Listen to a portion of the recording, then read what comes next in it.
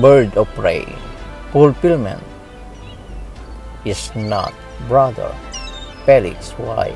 Manalo. The whole truth, the fulfillment is our Lord Jesus Christ, through the person to whom His Spirit is attached.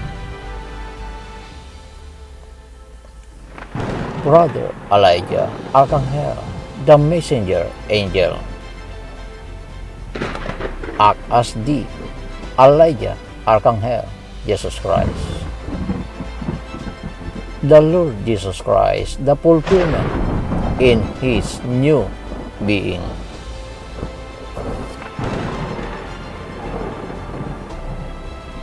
I make known the end from the beginning, from ancient time, what is still to come.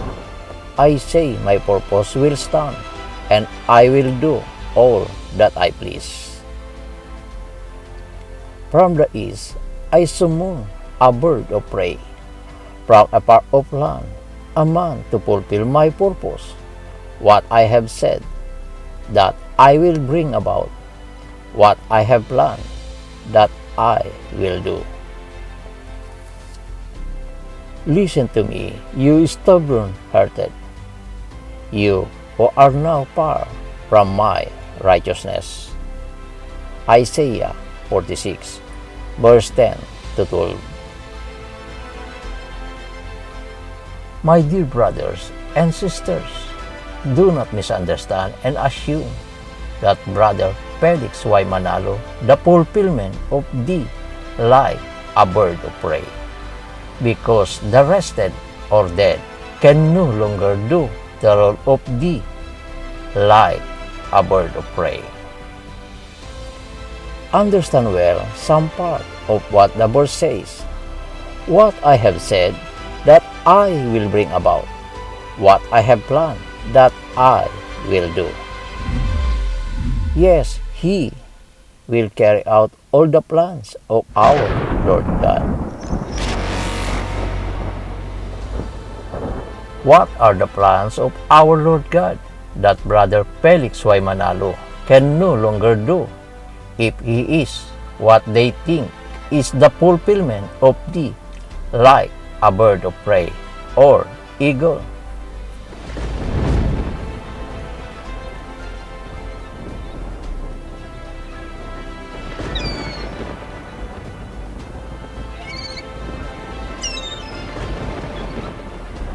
Listen what the prophecy says, as written in Revelation chapter 12, verse 14.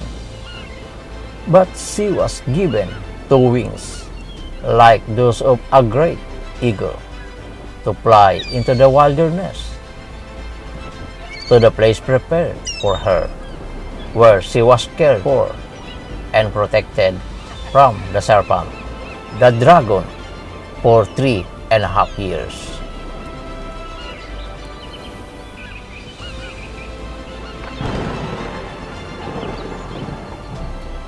The woman, or Church of Christ, will be given a two wings of the great eagle.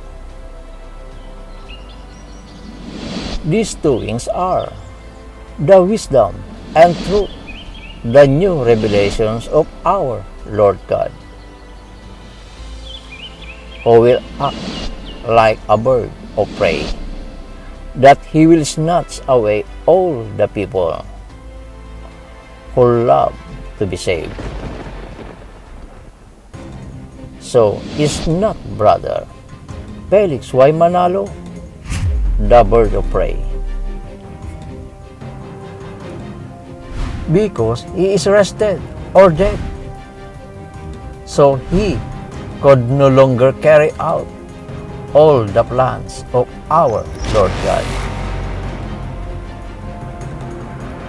But they will justify and say, continued by the following: not even the Brother Eranio G. Manalo, for so was he he is either rested or dead as well. They will still justify. The successors is the bird of prey.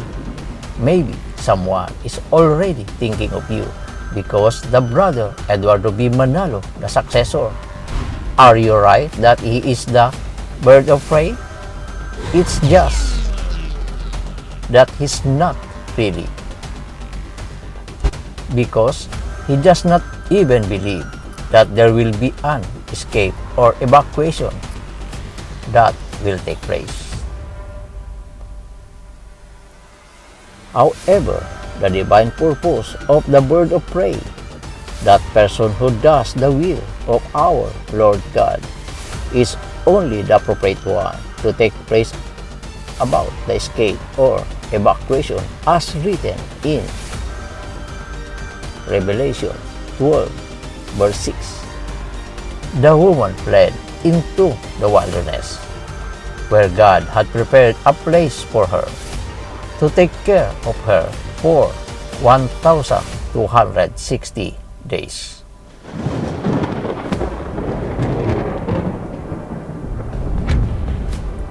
That is why our Lord God called a warrior of the east, who is said would come like a bird of prey, which means not really a literal bird of prey.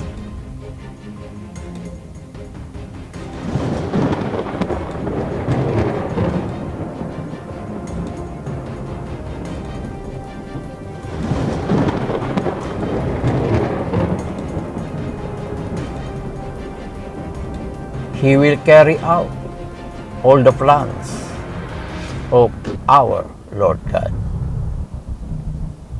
He says it, our Lord God Himself, so it will surely be fulfilled.